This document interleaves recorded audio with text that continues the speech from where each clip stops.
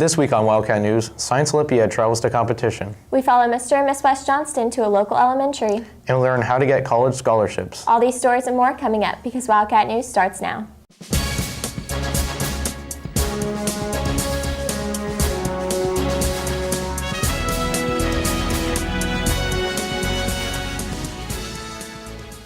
Good morning, West Johnston. I'm Landry Connors. And I'm Mason Butcher. On Saturday, March 4th, the second Carolina versus Duke basketball game of the season was held. Carolina pulled through with a 90-83 win. On Tuesday, March 6th, President Trump issued an executive order for his revised travel ban. The ban consists of 6 majority Muslim countries and will no longer affect permanent U.S. residents or Iraqis.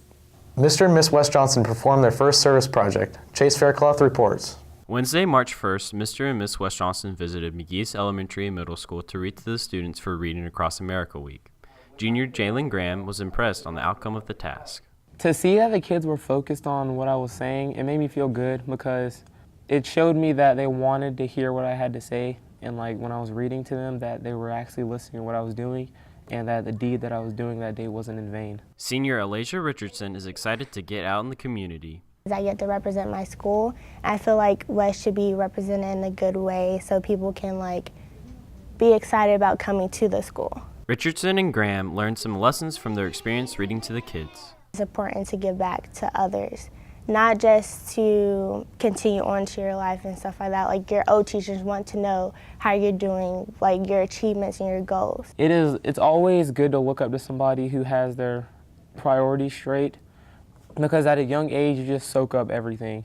So like even if I were to say something that may not be that serious to us as older kids, to younger kids it could be serious. It's just good to have a positive influence on little kids because the little kids can grow up and be something great. Graham believes that his title as Mr. West Johnston leads him to be a good example. They don't want to see me doing bad things or getting in trouble a lot, so I'm going to have to kind of set the standard a little bit on behavior-wise and personality-wise. I consider myself to be really different, and I don't try to hide that a lot, and so maybe if I'm different, it'll influence other people to be themselves, even if they are different. I'm Chase Faircloth, Wildcat News. And now let's head over to Chase Faircloth with the rundown. I'm Chase Faircloth, and welcome to the rundown. Here's the last week's scores. Last Wednesday, varsity softball lost 3-0 against Cleveland, and JV lost 15-6. Varsity baseball won 12-7 against Cleveland, and JV lost 5-4. Men's tennis lost 5-4 against Southeast Raleigh, and women's soccer lost 4-0 against Clayton. Friday, varsity softball won 8-2 against Triple S, and varsity baseball won 4-3 against Triple S. JV won 13-0. Monday, men's tennis won 7-2 against East Wake. Here are some of the highlights. Last Wednesday, men's tennis held their first home match of the season. Trent Boykin, Brandon Razor, and David Ateek won their individuals, and Trent Boykin and Brandon Razor won their doubles. The Southeast Raleigh Bulldogs finished just one game on top, ending the match at 5-4. Tonight, men's tennis is home, softball and baseball are home, and women's soccer is away. Thursday, men's tennis is home. Friday, softball and baseball are away. Saturday, women's soccer is away. Monday, men's tennis is away and women's soccer is away. Tuesday, men's golf is away and softball and baseball are away. Come out and support all your spring athletes. I'm Chase Faircloth, and that's your week's rundown. Thanks, Chase. Hey Mason, did you know that club participation looks good on your college applications? No, I've never really thought about it. Well, the Science Olympiad team recently competed in Hickory. On February 25th, the Science Olympiad team came in third in the region, along with many individual team members coming in first. Seniors Zachary Taylor and Jacob Hill tell how it felt to achieve this victory. It's kind of surreal, especially in the moments, right when it happened, right after it happened, when they announced us being third place overall as a team. Not that I wasn't necessarily expecting us to do well, but I wasn't expecting us to do that well. Honestly, it was really unexpected. This is the smallest team we've had in quite a few years, and we barely had enough members to fill all the events. So the fact that we actually got to state, we were just elated. Taylor wants to see his team succeed. I really want to see our team place very high. I don't know how good the other teams are, but obviously being at the state competition, we're going to be against some pretty good teams. Being a part of Science Olympiad keeps Taylor organized. Having to know exactly what I had to study that day or what concept I wasn't sure about really helped me focus on my planning skills, when it comes to having concise but specific ideas about what you have to do exactly. Hill says this year the people were better suited for their events. It was the people who made the difference, not the strategy. Science Olympiad looks really fun. Landry, do you have a job? No, my mom won't let me work during the school year. Mine neither, because I don't have time between school and soccer.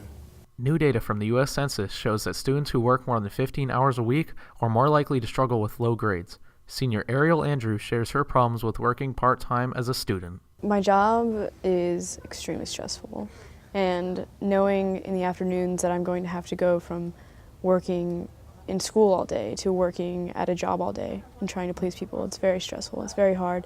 Senior Gabe Early thinks that being a senior makes it easier to have a job as a student. Now that I'm a senior and I have early release, I work from 1 to 8 almost every weekday, so I have hours to do my homework after I get off work. Working long hours leaves Andrews exhausted throughout the school day.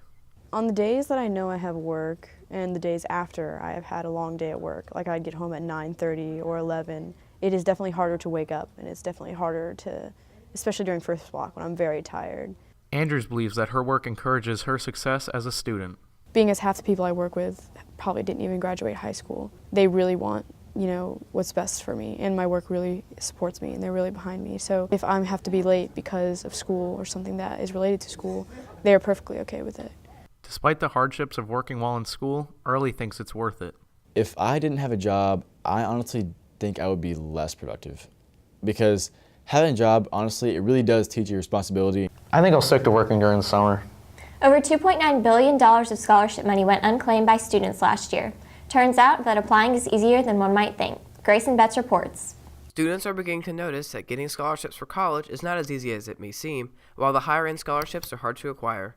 Senior Robin Pollard thinks scholarships should remain competitive. It provides an incentive for students to work hard throughout all of high school, and it also rewards them after the fact, and it gives them a monetary reward for everything that they've done. As a guidance counselor, SHEILA helps students get scholarships frequently. She believes that scholarships are an essential part of college. Every single thing you do, make sure that you're doing it the best you can do. And if there's something that you're not good at, then ask for help. How can I change that habit? It comes down to really doing your best in everything that you're doing. SHEATS and Pollard say that scholarships aren't just about the students' grades. A lot of times what the scholarships committees are looking for are students that have interests besides just academics. There's multiple opportunities for you to get scholarships, and it's not just through your grades. A lot of them can come through clubs or work opportunities if you have a job.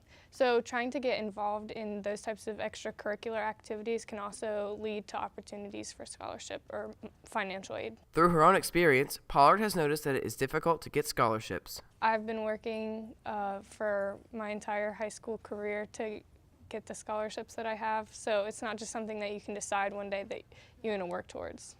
I'm Greyson Betz, Wildcat News. Thanks, Greyson. Well, that's all for us this week. If you have any comments, questions, or story leads, email us at wjstudentmedia@gmail.com or send us a tweet at wjstudentmedia. And if you want to watch Wildcat News at home, on the go, or catch up on past episodes, go to wjstudentmedia.com or subscribe to our YouTube channel. I'm Landry Connors. I'm Mason Butcher. Thanks for watching and have a great week.